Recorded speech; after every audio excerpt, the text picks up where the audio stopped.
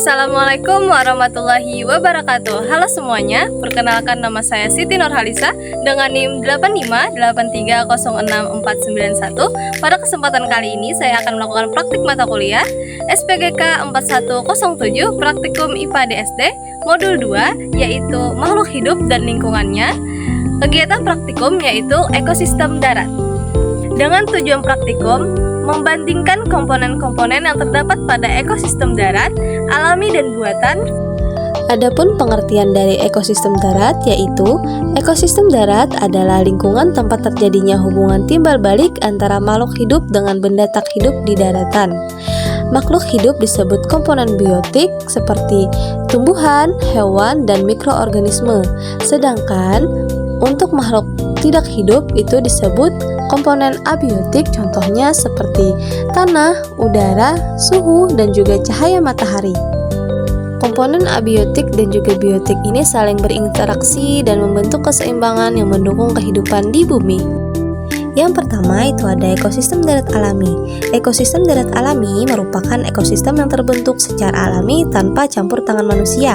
Dalam pengamatan saya, contoh ekosistem darat alami dapat ditemukan di lingkungan yang masih alami seperti ada bambu berperan sebagai produsen, yang mana pohon bambu ini memanfaatkan cahaya matahari untuk melakukan fotosintesis, menghasilkan oksigen dan menjadi tempat hidup bagi berbagai hewan kecil.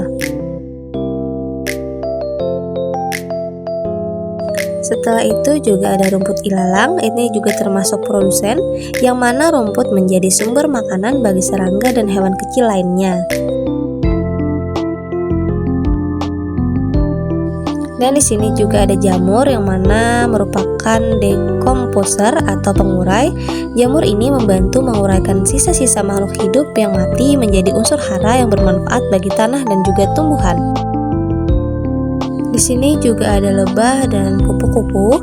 Mereka berperan sebagai konsumen dan juga penyerbuk alami, yang mana mereka membantu proses penyerbukan bunga sehingga tumbuhan dapat berkembang biak.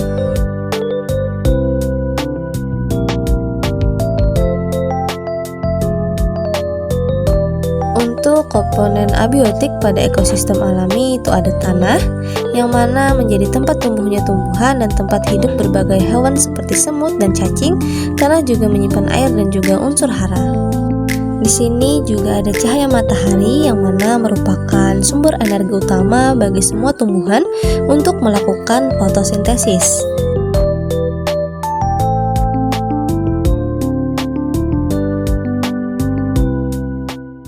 Adapun suhu udara, yang mana pada saat saya melakukan pengamatan itu suhu udara di 29 derajat Celcius, yang mana termasuk dalam kategori suhu sedang.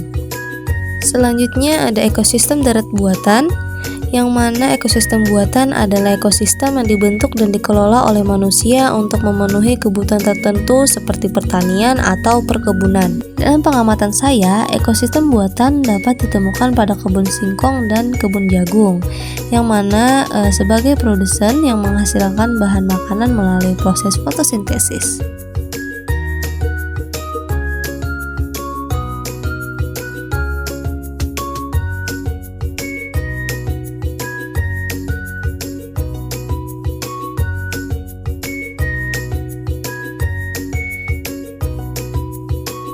Ada semut dan keong sebagai konsumen kecil yang hidup di sekitar tanaman dan memanfaatkan tumbuhan sebagai sumber makanan.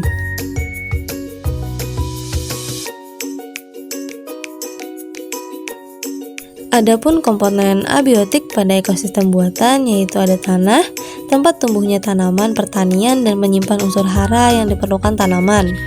Ada cahaya matahari dibutuhkan tanaman untuk fotosintesis dan juga pertumbuhan.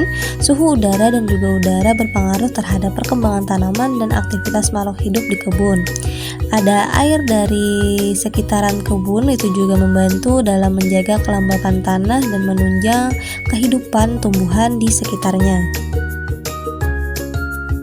Nah, dari pengamatan yang telah saya lakukan tadi dapat kita simpulkan bahwa Baik ekosistem alami maupun buatan itu memiliki peran penting dalam menjaga keseimbangan lingkungan.